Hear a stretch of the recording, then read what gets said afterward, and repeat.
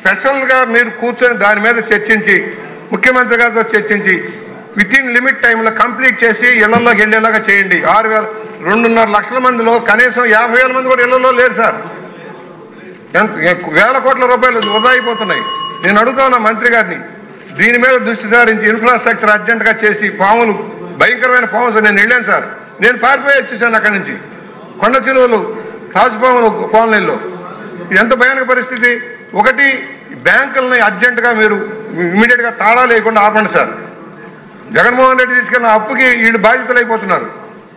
నెలవారీ కట్టుకోవాల్సిన ఇన్స్టాల్మెంట్ ఒకేసారి 4 లక్షలు 3 లక్షలు కట్టమంటే వాళ్ళు దివాళా తీసే పేదవాడు మనం ఉన్నవాడికి ఇవ్వాల. దయచేసి దీన్ని గమనంలోకి తీసుకోవాలని మంత్రి గారిని కోరుతూ తమకి నేను చెప్పిన 4-5 వాటి మీద స్పెషల్ డిబేట్ పెట్టించారు, ప్రత్యేక డిబేట్ అవకాశం కల్పించారు. నేను కూడా రిక్వెస్ట్ చేసేది అదే, ఇంపార్టెంట్ సబ్జెక్టు కేటాయింపు చేయండి sir. Half an hour discussion పెట్టండి, అందరూ మాట్లాడే అవకాశం వస్తుంది. రామకృష్ణ బాబు గారు సార్ పాయింట్ చెప్పండి. ఎందుకంటే ఆల్రెడీ అదే అధ్యక్ష, ఇప్పుడు దీని మీద అందరి సమస్య అధ్యక్షది తమరు మా అందరి రిక్వెస్ట్ మీద స్పెషల్ డిస్కషన్ రోజు పెట్టించండి అధ్యక్ష. ఓకే, అది ఈ క్వశ్చన్ అవర్ లో సమస్య పరిష్కారం వచ్చిన ఊర్లో పరిష్కారం జరగదు. మీరే డేట్ చెప్పి మీరే పెట్టించండి. మీరే అప్లికేషన్ మీరు అప్లై చేస్తే నేను ఇస్తా టైము. అలాగే అధ్యక్ష, లెటర్ ఇప్పుడు నెక్స్ట్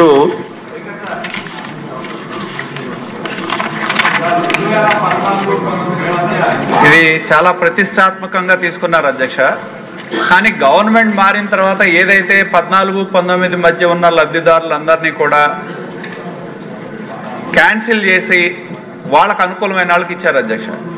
ఏదైతే ఆ రోజు డబ్బులు కట్టారో ఆ డబ్బులు ఇంతవరకు ప్రభుత్వానికి జమ చేశారు, ఇంతవరకు తిరిగి ఇవ్వాల.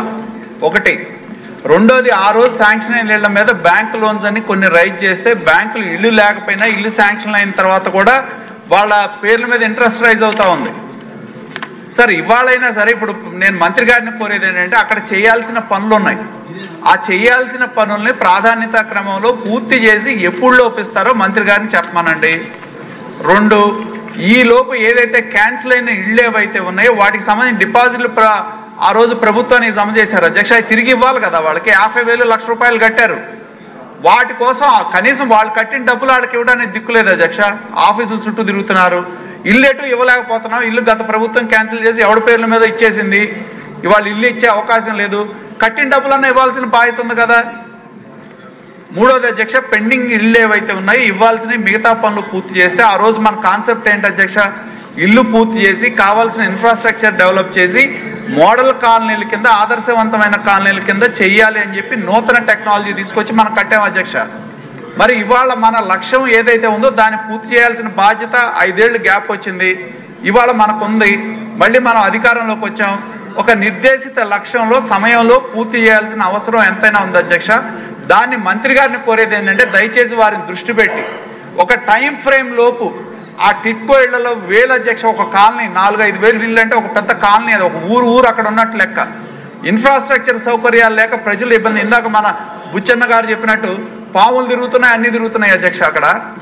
కాబట్టి దయచేసి మంత్రి గారిని కోరేది, ఇది మన చంద్రబాబు నాయుడు గారి యొక్క ఆలోచనలో నుంచి కళ్ళలో నుంచి వచ్చిన ప్రాజెక్ట్ ఇది. ఈ ప్రాజెక్ట్ని మళ్ళీ మనం వచ్చాం కాబట్టి దీన్ని పూర్తి చేసి బెనిఫిషరీస్కి అందించాల్సిన అవసరం ఉంది. మంత్రి గారు ఎప్పుడులోపు పరిష్కారం చేస్తారో వీటిని చెప్పాల్సిన అవసరం ఉందని చెప్పి నేను కోరుతా ఉన్నా అధ్యక్ష. సభ్యులందరికీ మనమండి, ఇలా స్లిప్పులు పంపించి ఎంకరేజ్మెంట్ చేయడం మంచిది కాదు. వచ్చిన సిగ్నేచర్ పెట్టిన వాళ్ళకి ఫస్ట్ రైట్ ఇస్తాను నేను. ఈ స్లిప్పులు పంపించి మాకు అవకాశం అంటే సిగ్నేచర్ పెట్టడానికి మీకు టైం లేదు, ఇక్కడ టైం అడుగుతారు. ఈ సాంప్రదాయం మంచిది కాదు. ప్లీజ్ దయించి సహకరించండి. అమ్మా మాధవి గారు.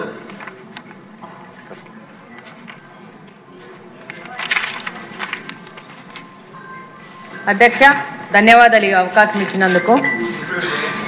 నేను ముందుగా ముఖ్యమంత్రి గారు నారా చంద్రబాబు నాయుడు గారికి అలాగనే మంత్రి గారు నారాయణ గారికి ధన్యవాదాలు తెలియజేసుకుంటున్నాను అధ్యక్ష. సభ్యులందరూ టిట్కో హౌసులు కావట్లేదని వాళ్ళ యొక్క ప్రజల యొక్క సమస్యలను తీసుకొని వస్తున్నారు. కానీ కడప నియోజకవర్గంలో మంత్రి గారి సహకారంతో ముఖ్యమంత్రి గారి సహకారంతో దాదాపు 2 ఫేసెస్లో లక్ష్మీనగర్లో కానీ చల్మారెడ్డిపల్లెలో కానీ టిడ్కో గృహాల నిర్మాణం శరవేగంగా జరుగుతోంది అధ్యక్ష. లక్ష్మీనగర్లో దాదాపు పూర్తిగా వచ్చింది అధ్యక్ష. దాదాపు 992 గృహాలు పూర్తిగా అయ్యి మౌలిక వసతుల కల్పన కూడా జరిగి ప్లాంటేషన్ కూడా స్టార్ట్ అయ్యి అక్టోబర్ 2 కల్లా రెడీ అయ్యే విధంగా మా కార్పొరేషన్ సహకారంతో ముందుకెళ్తున్నాం అధ్యక్ష. అలాగనే డిసెంబర్ నాటికి బ్యాలెన్స్ 1440 ఇళ్లతో మొత్తంగా 2432 ఇళ్లు ముఖ్యమంత్రి గారి చేతుల మీద ఓపెనింగ్ చేసేందుకు ఒక పండుగ వాతావరణంలో దీన్ని ముఖ్యమంత్రి గారి చేతుల మీదుగా